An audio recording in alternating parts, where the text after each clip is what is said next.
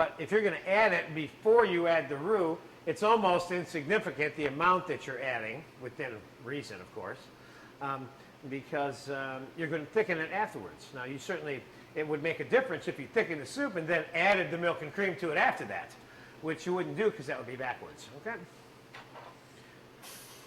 Now, we're going to add some of the roux to this mixture before it even gets hot, by the way. Being careful not to add too much roux. Now, I have a little cornstarch slurry sitting over here on hand, just in case at the final end, I think I need to be a little bit thicker. I put a little pinch of cornstarch in it to finish it off, if I need to.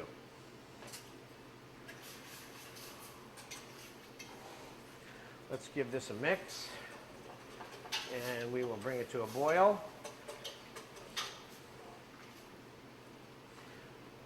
One of the other things about this soup that can be different than other soups is that this soup, does not require a lot of garnishes on top. You can put a little minced tomato or some chopped parsley or some fresh herbs, something like that, but this again is just like many other soups that are like this, and they are so full of food and garnish that the soup food is the garnish. You don't need to put a lot of stuff on top of it.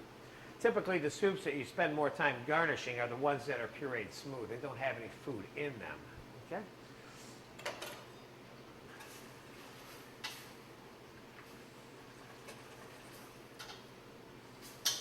Let's add our little pinch of tomato concassé here to this mixture.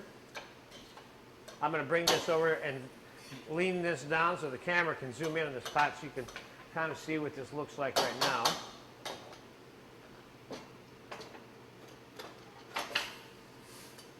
You see here? Soup is not quite yet thickened, but you'll see the proportions of the amount of food to broth here, and we're going to talk about that in a second. Just like any other soup that is a chowder that has food in it like this, the cook must always measure in his mind, and when he's or she is adding the ingredients, what the final proportion of food to ounces of food is, so that you don't get a bowl full of broth with 5 pieces of food in it, or you don't get a bowl that's full of food with just a little bit of broth in it. So you don't want it to be stew, and you also don't want it to be watery either, so to speak. So, okay, the soup is starting to tighten up a little bit and thicken. I had the roux pretty much in the soup. So we're going to take the clams now and add them in here. Got a little bit of residual juice here. Let's give that a little mix. You see how fast this soup is? The soup does not take a long time, and it's thickening up, and I'll show you on a plate here. The soup is thickening up nicely. Quickly. You see there? Can you get that, Richard? Hold on. There we go. Got it. Okay. It's slightly thick, but it's going to get thicker. Add just a pinch more tomato here. Now, some people would argue that I'm making this into Manhattan clam chowder, which I am not.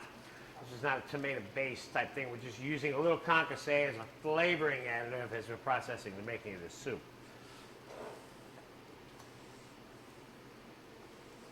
Okay, now we're going to add the potatoes because we're just about done with this soup. That's how fast it is.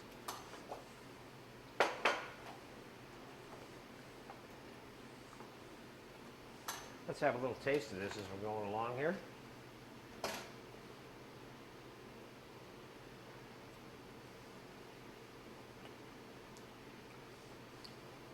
This soup is not bad. It obviously needs some salt. I think it needs a touch more of clam juice, and I have some right here. And I think this soup needs some pepper.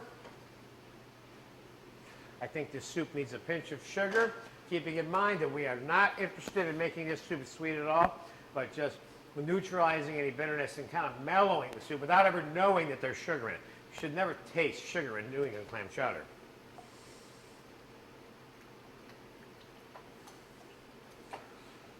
Unless you want it to be sweet, of course, in which case I would say go ahead, but I don't recommend that. I just heard myself say you don't want to do that. Well, maybe you do, you know. Anyway, I don't recommend that. This soup is coming along good. Now, there's something else that I'm going to do to this soup, which is not specifically in the recipe, but can be done. Now, what we're going to do is we're going to butter the soup in the proportions of 2 ounces per quart, okay? So let's just see if this pot's hot enough for it to be finished now. I'm going to stay with the roux and not add any cornstarch to it, but I'm going to add just a little pinch more.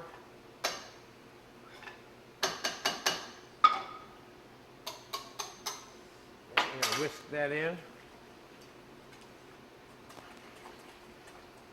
And I think this is hot enough for it to be buttered. But I wanted to make sure it was thick enough before I started adding butter, because if it's not, the butter can separate in a watery type soup situation.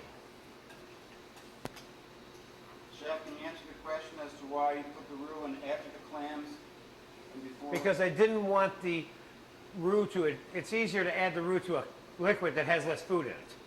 This is such a foodie-filled soup that you put the roux in, you have a hard time mixing the roux in because it gets stuck on all the food. Then you have to smash the food up to dissolve the roux. So I wanted to reduce the amount of food that was in the soup when I added roux, then I add the food to it. So I don't have to mix it so much and crush the food up. Make sense?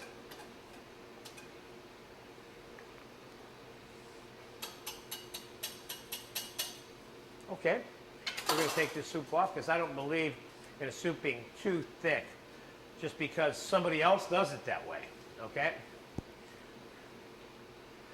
This lesson and this course is designed to teach you how to do your own thinking with confidence in terms of how your food needs to be made.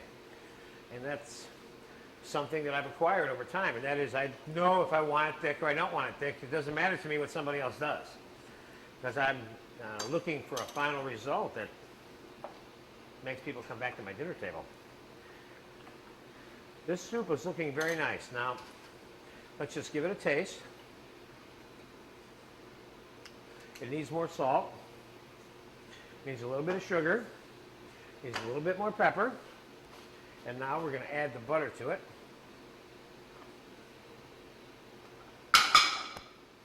Which I said 2 ounces per quart. We got a couple quarts here, so I put about a stick of butter in there.